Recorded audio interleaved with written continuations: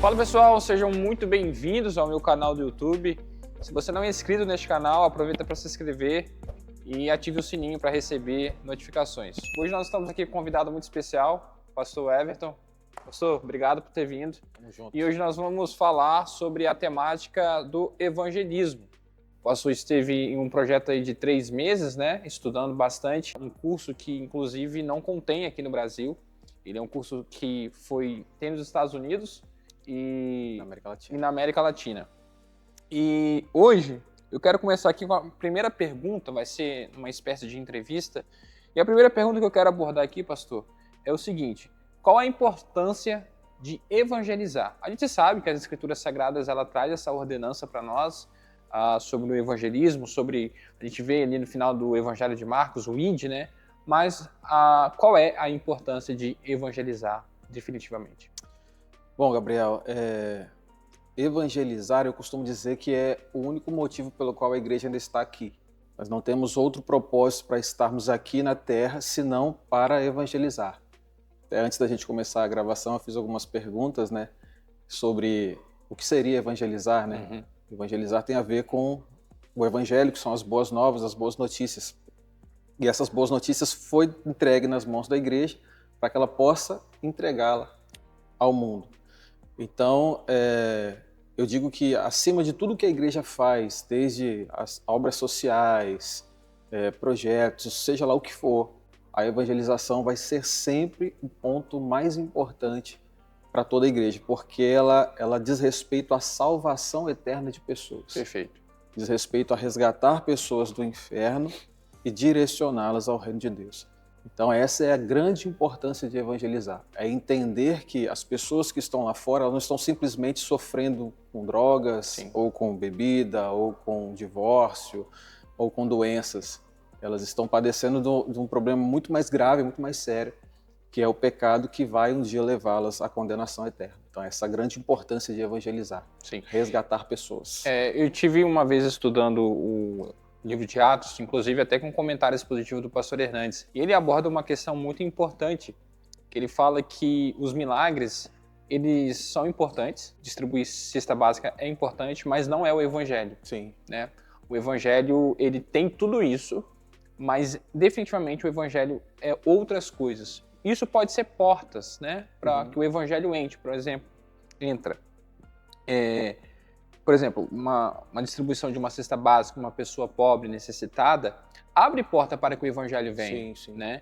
Então é muito importante nós deixarmos isso muito enfatizado, que evangelizar não é fazer milagres, mas os milagres abrem porta para o evangelho. E nem fazer boas obras. Nem fazer boas obras. Na verdade, boas obras são resultado de uma pessoa que se converteu verdadeiramente, né? O próprio Jesus falou que ao ver as nossas boas obras, as pessoas glorificariam ao Pai. Perfeito. Então, as boas obras, na verdade, vão refletir o caráter de alguém que se converteu, mas não é evangelizar. Exatamente. Bom, e a segunda pergunta que nós vamos abordar aqui é como evangelizar de forma correta? Né? Porque eu acho que é importante nós falarmos um pouquinho sobre isso, porque a gente tem visto muitas pessoas dizendo que estão evangelizando. Até nos bastidores nós estávamos falando, né, que Cristo virá definitivamente quando o evangelho for pregado em todo o mundo. Mas hoje nós estamos vendo uma igreja que não tem pregado o evangelho. Tem pregado prosperidade, tem pregado coaching e assim por diante, mas não é o evangelho. Mas, então, como evangelizar de forma correta, eficaz? Vamos lá, eu não diria que existe um método perfeito para se evangelizar. Agora, a mensagem, ela precisa ser a mensagem pura e genuína do Evangelho. Então hoje a gente vive o resultado de uma pregação centrada no homem, que tem gerado uma infinidade de falsas conversões dentro das igrejas. E eu costumo dizer que existe uma mensagem que diz que Deus tem um plano maravilhoso para a nossa vida. E para a gente que servimos ao Senhor, pode fazer muito sentido, porque realmente quando Cristo voltar, será algo maravilhoso. Deus realmente tem um plano maravilhoso para nós, estarmos na Nova Jerusalém, viver eternamente com o Senhor. Mas para o ímpio, para alguém que não tem contato com as Escrituras, quando você diz para ele que Deus tem um plano maravilhoso para a vida dele, ele não associa isso. Ele vai associar uma vida melhor, a prosperidade financeira, a uma faculdade, enfim, a um casamento legal. Ele vai associar a coisas dessa terra. E muitas pessoas, por ouvirem essa mensagem, acabam vindo para a igreja para experimentar esse Cristo e ver se tudo aquilo que os crentes dizem realmente é verdade. Sim. E o que elas acabam encontrando, você vem aqui, por exemplo, numa sexta-feira que é culto de oração. Você tem crentes aqui. E você vê que a cada pedido, você encontra pessoas que estão passando por tribulações, pessoas que estão passando por dificuldade, problemas de saúde, passando por crises no casamento. E aí essa pessoa que veio em busca de um plano maravilhoso para a sua vida, ela vai se deparar com essas pessoas, ela vai pensar o quê? Acaba sendo frustrada. Ou isso é uma grande mentira, ou eu não sei o que está acontecendo. Sim. Então, a mensagem correta, ela vai direcionar as pessoas ao Cristo verdadeiro. O próprio Jesus falou que nos últimos dias, né, diriam: o Cristo está ali, o Cristo está lá, o Cristo está acolá, porque realmente nós temos hoje muitos Cristos. Sim. Temos os Cristo da prosperidade, temos Cristos dos milagres, Cristo de tudo que é tipo. Mas nos esquecemos do objetivo principal, que é o que nós estamos falando aqui agora, da evangelização, que é o Cristo que salva, o Cristo que liberta. Eu costumo dizer, Gabriel, que se existe uma forma correta de evangelizar, eu não diria a correta, mas a mais apropriada seria o evangelismo pessoal. Onde você realmente pode estar frente a frente com a pessoa e compartilhar a mensagem de Cristo, tirar as suas dúvidas de uma forma mais efetiva. Não que a gente não deva pregar num púlpito, por exemplo, ou ao ar livre. É claro, a mensagem ela precisa alcançar o máximo de pessoas possível, mas ela precisa ser uma mensagem que dê para compreender. As pessoas precisam entender o que realmente é o Evangelho. Então, pregar um Evangelho de solução de problemas, pregar um Evangelho de um plano maravilhoso, que na prática nós sabemos que não é assim, porque não foi isso que o Senhor nos prometeu. Sim. Os seus discípulos passaram por martírios, todos eles. E por mais que nós não vivemos esse tipo de perseguição atual, pelo menos não no nosso país, mas os crentes continuam passando dificuldades. Por isso que a gente ouve muitos novos convertidos falando: depois que eu me converti ou que eu me batizei, as coisas ficaram mais difíceis. Sim. Porque essa é a promessa do Evangelho. Essa é a promessa. Se tem um plano maravilhoso para nós, é no porvir. É no porvir. Então, dentro da pergunta que você fez, a maneira correta de evangelizar é a maneira do Mestre. É como Cristo fez. É interessante, Gabriel, se a gente for observar como quando Jesus pregava, o sermão mais importante dele, que é o Sermão da Montanha, ele usa expressões que hoje elas foram abolidas do Evangelho. Elas estão praticamente em extinção. Por exemplo, palavras como arrependimento, pecado, juízo e inferno, você não ouve mais nas pregações. E se você observar o Sermão da Montanha, o que Jesus faz é alertar as pessoas sobre o perigo que elas estão correndo em viver uma vida divorciada de Deus. Então ele traz à tona princípios, até já comentei com você uma vez, antes de levar uma pessoa ao Monte do Calvário, você precisa levá-la ao Monte Sinai para que ela perceba a situação que ela está vivendo e então busque o Salvador. E Jesus faz isso no Sermão da Montanha. Ele traz à tona, por exemplo, alguns dos 10 mandamentos. Ele diz: ouviste o que foi dito, não adulterarás. Eu, porém, digo que se você somente olhar e desejar, você já cometeu adultério do seu coração. Ouviste o que foi dito, não matarás. Então ele começa a trazer à tona os mandamentos da palavra de Deus para mostrar para aquele povo que estava ouvindo que eles estavam em falha com a lei de Deus. E por essa razão eles precisavam de um Salvador. Então a mensagem da cruz, ela só vai fazer sentido se aquele que ouve, antes de ouvir a mensagem da cruz, entender que precisa de um Salvador. Sim. Ele precisa se encontrar perdido, ele precisa se encontrar no meio de um mar revolto, procurando salvação, para que o Salvador faça sentido. É por isso que muitas das vezes quando nós saímos às ruas, vamos evangelizar, e você simplesmente falar para a pessoa: Cristo morreu na cruz por você, não faz sentido para ele. O apóstolo Paulo fala que a mensagem da cruz é loucura para aqueles que perecem, mas para nós é poder de Deus. Então nós precisamos fazer com que essa mensagem, que hoje é loucura para os que perecem, faça sentido para eles. E é o que o apóstolo Paulo faz. O apóstolo Paulo ele faz um comentário muito interessante, que ele fala que eu não conhecia o pecado até que eu visse a lei. E é o que Jesus faz no Sermão da Montanha. Sim, ele leva a lei. Exatamente, porque o próprio apóstolo Paulo vai falar que a lei serviu de aio para conduzir o pecador a Cristo. Sim. Então, enquanto esse pecador não entender... E ele corroborando também com a ideia do Senhor, o apóstolo Paulo fala que o fim da lei é Cristo, né? Exatamente. Exatamente. E é interessante que você vê que é a finalidade, não fim de final, é fim de finalidade. Sim. A lei serviu para nos levar a Cristo. Porque uma vez que eu percebo que eu pequei contra o Criador, que eu, por exemplo, usei o nome do meu Deus em vão, e a Bíblia fala no Êxodo capítulo 20 que Deus não considerará inocente aquele que usar o nome dele em vão. Quando eu percebo a seriedade do pecado que eu cometi, e que eu estou diante de um Deus que, embora seja um Deus de amor e misericórdia, mas é justo juiz, como diz o próprio apóstolo Paulo, a ira dele está aguardando o dia do juízo, então eu vou começar a buscar uma solução. E infelizmente a maioria das pessoas vai buscar justificativas. Sim. Ela vai buscar se justificar, ela vai buscar fazer coisas, ela vai buscar, por exemplo, aquela ilustração que todo mundo fala, né, da balança, onde você vai fazer o que é bom mais do que o que você fez de mal, como se isso fosse pesar no dia do juízo. Eu costumo falar que se a gente for olhar para a lei civil, Gabriel, pro como funciona na nossa lei civil, nada das tentativas do ser humano funcionaria. Por exemplo, se você cometesse um crime, digamos que você roubasse um banco, e no dia do seu julgamento, você confessasse que roubou o banco, mas você dissesse para o juiz, se o juiz perguntasse o que você poderia dizer em sua defesa, Gabriel, e você dissesse assim, juiz, eu sei que eu roubei o banco, mas eu fiz muitas coisas boas na minha vida. É a primeira vez que eu roubo um banco. O juiz não daria a mínima para esse argumento seu. Porque o que está em jogo não é o que você fez de bom, mas sim a lei que você infringiu. Então, se, por exemplo, usássemos um outro argumento que as pessoas usam muito, não, mas Deus é bom, então ele vai me perdoar. Na verdade, aquilo que as pessoas pensam que vai ser o motivo de sua salvação, que é a bondade de Deus, será na verdade o oposto. É o oposto. Porque ele é bom, ele precisa condenar assassinos, mentirosos, estupradores e ladrões. Ele precisa, porque ele é bom. Então isso não vai acontecer no dia do juízo. Ele não vai simplesmente nos perdoar como se o pecado nunca tivesse acontecido. Deus não vai fazer vista grossa. Então a verdade é que diante desse Deus, nós estamos numa situação muito complicada. E é por isso que nós precisamos de um Salvador. Aí o Evangelho agora começa a fazer sentido.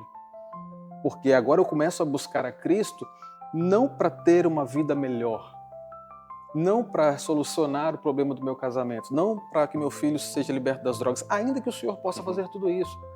Mas eu vou para Cristo porque Ele é minha única fonte de salvação. Ele mesmo falou, né? Eu sou o caminho, a verdade e a vida. Ninguém vai ao Pai se não for através de mim. Eu vou te dar uma outra ilustração, que é uma das que eu ouvi nesse curso que eu fiz do Águas Vivas, lá da Colômbia, que eu achei muito interessante, muito interessante. Ele falou o seguinte, imagine um passageiro num avião. E a esse passageiro foi dito que se ele colocar um paraquedas, ele vai ter um voo melhor, mais tranquilo e mais confortável. Ele a princípio duvida, mas ele decide experimentar. E ele coloca esse paraquedas e a princípio ele já percebe que a mochila é pesada demais, já é incômoda. Para ele sentar no banco também fica muito ruim. E então ele já não está legal. Aquilo que prometeram para ele já não está do jeito que ele imaginava. E ele percebe que as pessoas já estão rindo dele porque ele está com paraquedas dentro do avião, não faz sentido para as pessoas, também não está fazendo sentido nenhum para ele. E de repente entra uma aeromoça, é o primeiro dia dela, com um cafezinho para servir, ela tropeça, cai o café na calça dele, queima ele pega essa paraquedas, joga fora esse maldito paraquedas, para que eu fui colocar isso? Minha viagem não melhorou coisa nenhuma. Aí agora eu vou trazer para você um outro passageiro que está no mesmo voo, que para ele também foi entregue um paraquedas. Só que ao contrário do que disseram para o primeiro, para esse disseram o seguinte, coloque o paraquedas porque em breve nós vamos precisar pular. Ainda que o paraquedas seja pesado, Gabriel, ele vai continuar com esse paraquedas ali firme. Ainda que esteja desconfortável ficar com aquele paraquedas ali, ele vai permanecer. Ainda que a aeromoça derrame café na perna dele, que vai doer, ele vai sentir a dor do calor do café. Mas o paraquedas não vai ser o motivo, ele não vai abandonar o paraquedas por causa disso. Porque, na verdade, cada adversidade que acontece, cada problema que acontece durante o voo faz com que ele se agarre mais ao paraquedas, porque em breve ele vai ter que pular. Sim. O que acontece com o evangelho pregado de maneira incorreta? Faz com que as pessoas experimentem Jesus, coloquem o paraquedas, se digam cristãs, tenham uma Bíblia, frequentem as igrejas, mas quando as dificuldades começam a surgir, quando o voo se torna incômodo, quando a tribulação chega, elas simplesmente abandonam o paraquedas, porque elas não se dão conta de qual é o objetivo final desse paraquedas. Agora, quando eu entendo que eu estou me revestindo de Cristo, me vestindo de Cristo para a minha salvação eterna, aconteça o que acontecer. Eu fique desempregado, a doença bata na minha porta. Aconteça o que acontecer, eu não vou abandonar esse Senhor, porque eu não estou com Ele para ter uma vida boa, eu estou com Ele para ser salvo. Sim. Então imagina o que é, aí voltando à primeira pergunta, a importância do Evangelho. Imagina o que é você pular de um avião sem paraquedas. Essa é a fatal, né? Essa é a importância do Evangelho. Pular do avião sem Cristo é pular para a morte. E nós estamos todos nesse avião. Em breve nós vamos ter que pular. Eu espero que eu e você sejamos firmes em Cristo o tempo todo. Amém. E que nenhuma adversidade da vida seja forte o suficiente para que a gente venha abandoná-lo. Amém. Eu tenho observado muito, né, que no nosso tempo nós temos realmente assistido muita mensagem triunfalista, né? Que você pode, você consegue. É como o senhor falou, é um egocentrismo, é uma egolatria, né? Que nós podemos ver. É o homem no centro, é o antropocentrismo, né? E, de fato, certamente, o evangelho pregado em todo o mundo, Cristo virá. Talvez seja por isso que Cristo ainda não veio, né? Eu me lembro, eu não sei se o senhor já ouviu falar dessa história, Jonathan Edwards, né, no século XVIII, um dos maiores evangelistas do século XVIII, na Nova Inglaterra, que hoje é conhecido como os Estados Unidos. Uma vez ele pregou um sermão muito conhecido chamado Pecadores nas Mãos de um Deus Irado. Conta-se a história que enquanto ele lia o seu sermão, pregava o seu sermão, as pessoas se agarravam à pilastra da igreja pensando que seriam condenadas naquele exato momento ao inferno. Jonathan Edwards pregou um evangelho genuíno ali. Por isso que surtiu esse efeito, a ponto das pessoas pensarem que naquele exato momento seriam lançadas no inferno. Eu acho que se a gente seguisse talvez os passos, não ser igual como Jonathan Edwards, pregando o evangelho verdadeiro, nós poderíamos surtir os mesmos efeitos em nossas pregações. Eu acho que hoje, pastor, nós temos muito púlpitos rasos e pregadores superficiais, que têm pregado uma mensagem banal, uma mensagem, como falamos aqui, né, egocêntrica, centrada no homem. Eu acho que precisamos voltar às origens, voltar à mensagem genuína, que é Cristo Jesus, né? Que nos salva dos nossos pecados, da nossa condição miserável, né? O apóstolo Paulo, escrevendo em Efésios 2:1, vai dizer que nós estávamos mortos em nossos delitos e pecados. Morto não sente, morto não fala, morto não tem vontade, morto não faz nada. É Deus que nos salva pela sua graça. Então, certamente, se a gente pregar o evangelho a toda criatura verdadeiro, o evangelho verdadeiro, nós teremos grandes consequências eternas. Tem um princípio bíblico muito importante que na verdade, ele rege o que é o evangelismo.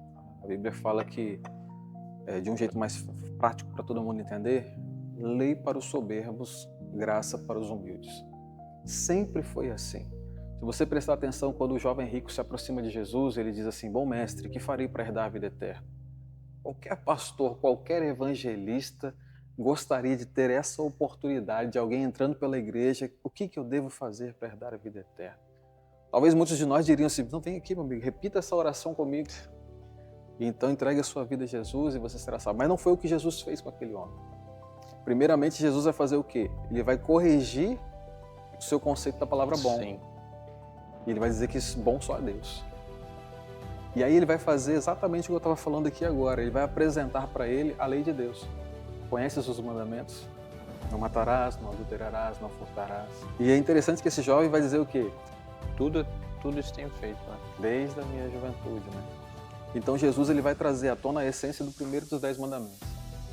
Agora vai e vende tudo que você tem, dá aos pobres e depois me segue. Agora vem um confronto, né, do evangelho. A essência do primeiro dos 10 mandamentos é o quê? Amar a Deus acima de todas as coisas. Né?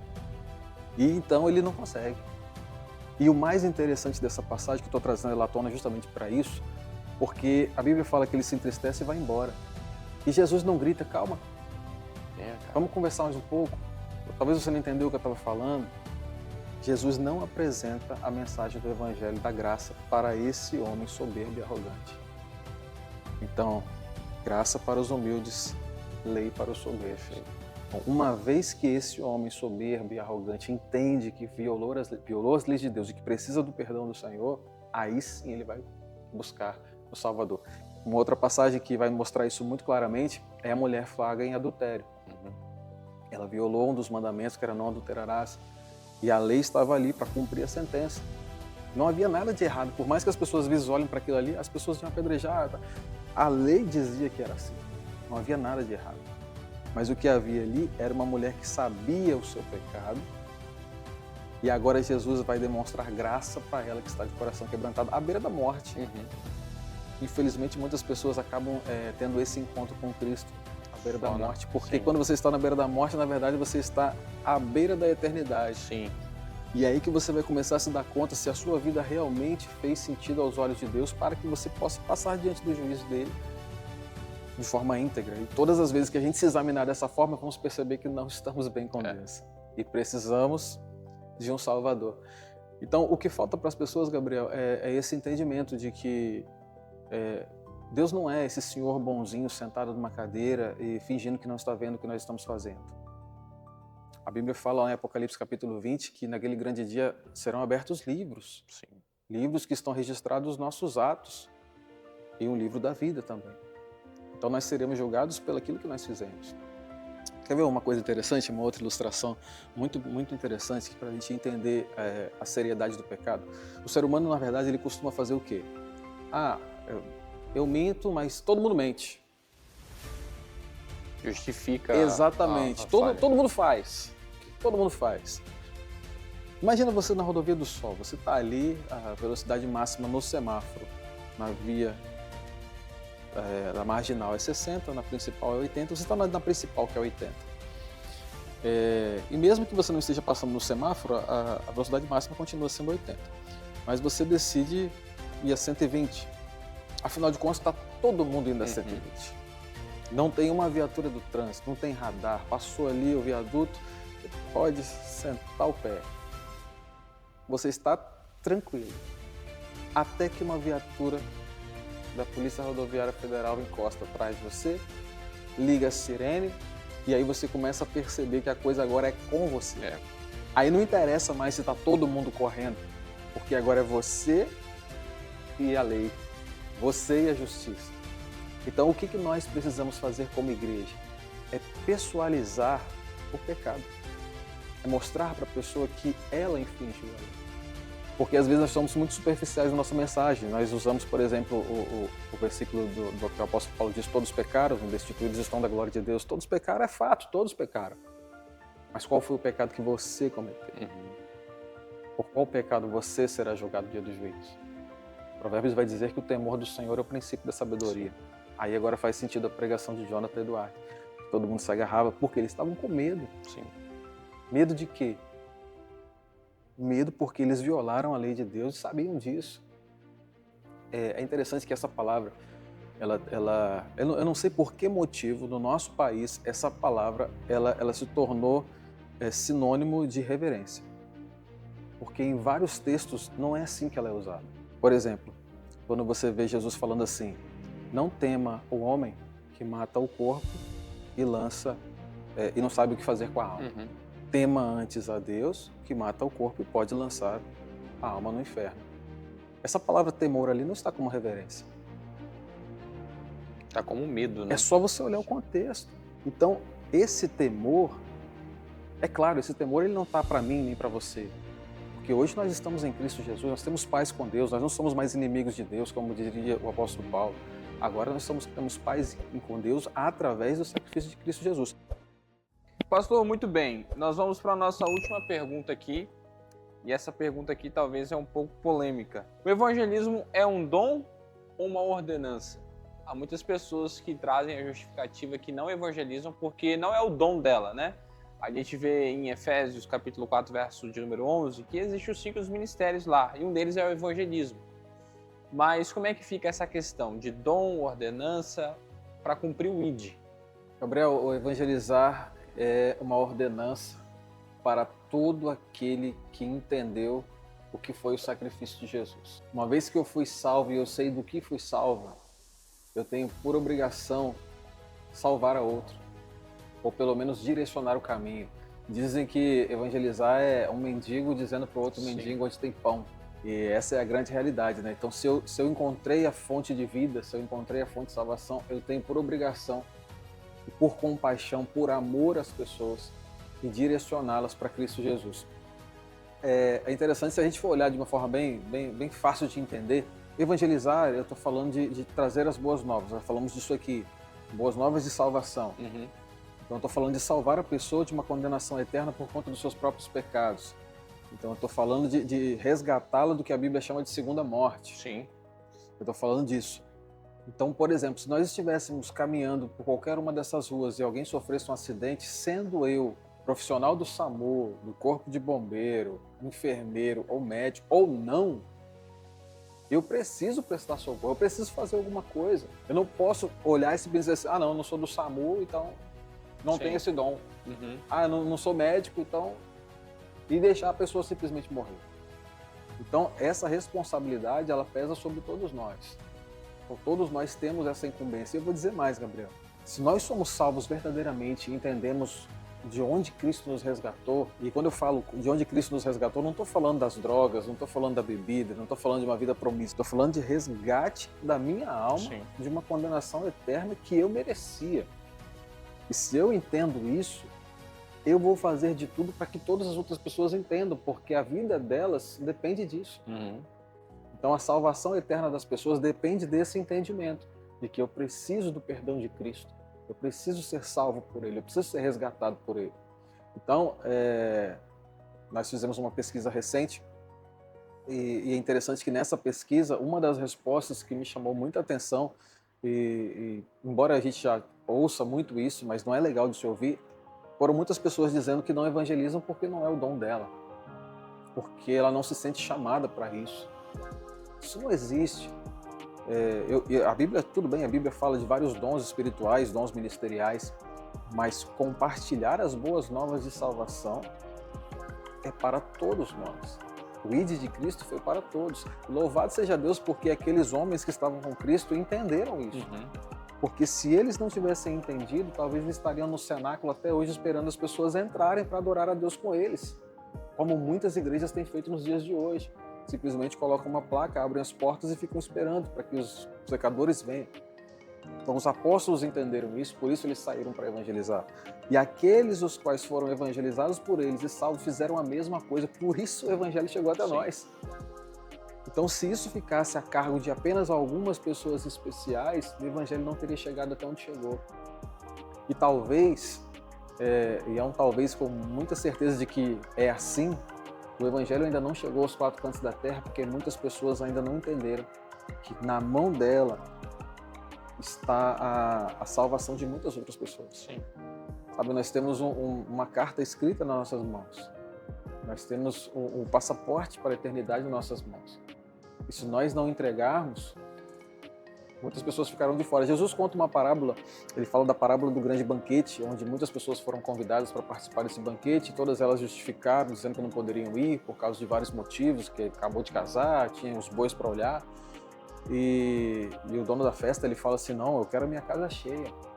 Chame os moradores de rua, chame os aleijados, os paralíticos, os mancos, tragam eles todos para a minha festa, porque eu quero a minha casa cheia. Então os servos vão e fazem isso, trazem todos eles, porque a vontade de Deus é que ninguém se perca. Sempre foi assim. Deus sempre quis que todo pecador se voltasse para Ele. Então evangelizar é para todos nós. Nós somos responsáveis por fazer com que a casa do Senhor esteja cheia. Nós somos responsáveis por fazer com que as pessoas entendam a mensagem da cruz. Isso não é o pastor ou o evangelista. Embora o evangelista seja um dom espiritual, dos 5 dons ministeriais, na verdade, os 5 dons ministeriais, e ele vai ter o papel, e aí vou falar só dele aqui para não tomar muito tempo, de despertar na igreja justamente isso. De fazer com que a igreja nunca se esqueça de que ela é responsável por pregar as boas novas. Ele tem essa responsabilidade. Ele é a voz que Deus colocou no meio da congregação para não deixar o povo esquecer-se da sua responsabilidade. Até mesmo porque as pessoas que você tem contato e se relaciona, eu não tenho. Sim. Eu não tenho. E assim com todas as outras pessoas da igreja. Então, nós estamos inseridos em ambientes nos quais Deus quer nos usar ali. para trazer essa mensagem de salvação. Então a pergunta é um dom ou é uma ordenança? É uma ordenança. E eu vou te dizer mais, Gabriel. O apóstolo Tiago fala que aquele que sabe o que tem que fazer e não faz, Realmente pecado. está pecando.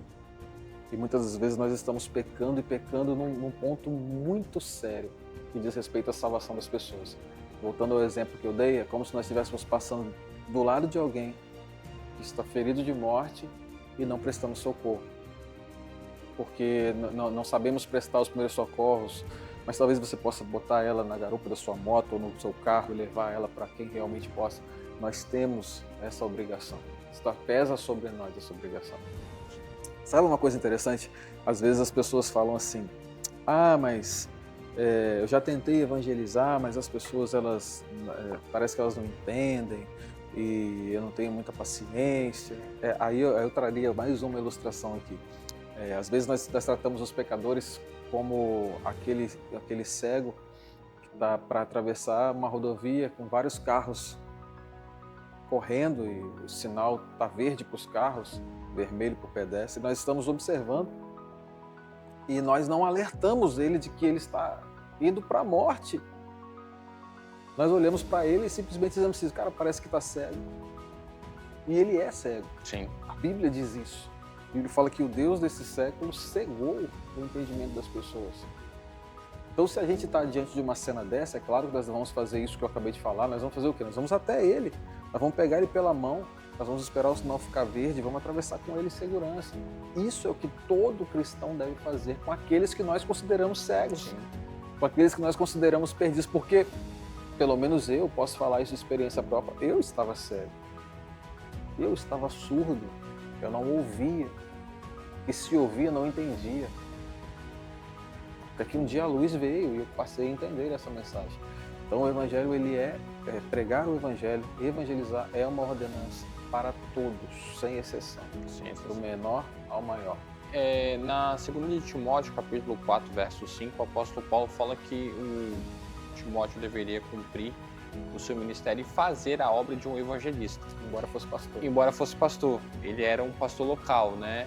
Mas ele deveria fazer uma obra de um evangelista. Por mais que ele não foi definitivamente chamado para aquele ministério, como nós falamos aqui de Efésios 4:11, ele tinha que fazer uma obra, né? Por mais que, na verdade, Timóteo estava na frente de uma das maiores igrejas daquele tempo, que foi a igreja de Éfeso, né? Que é a capital da Ásia Menor. Então, ele deveria fazer essa obra de um evangelista. Então, certamente, o evangelismo não é um dom, mas é uma ordenança. É o id, né? É fazer discípulos no nome de Cristo, batizando em nome do Pai, do Filho e do Espírito Santo, até que ele venha. Exatamente. Pastor, obrigado por ter vindo. Eu que agradeço. Espero que a gente tenha mais vídeos juntos. Amém. Se você gostou, comente aqui nos comentários. Eu vou deixar as redes sociais do pastor Everton aqui. Se você quiser segui-lo no Instagram, estarei deixando aqui. Deus te abençoe e um grande abraço.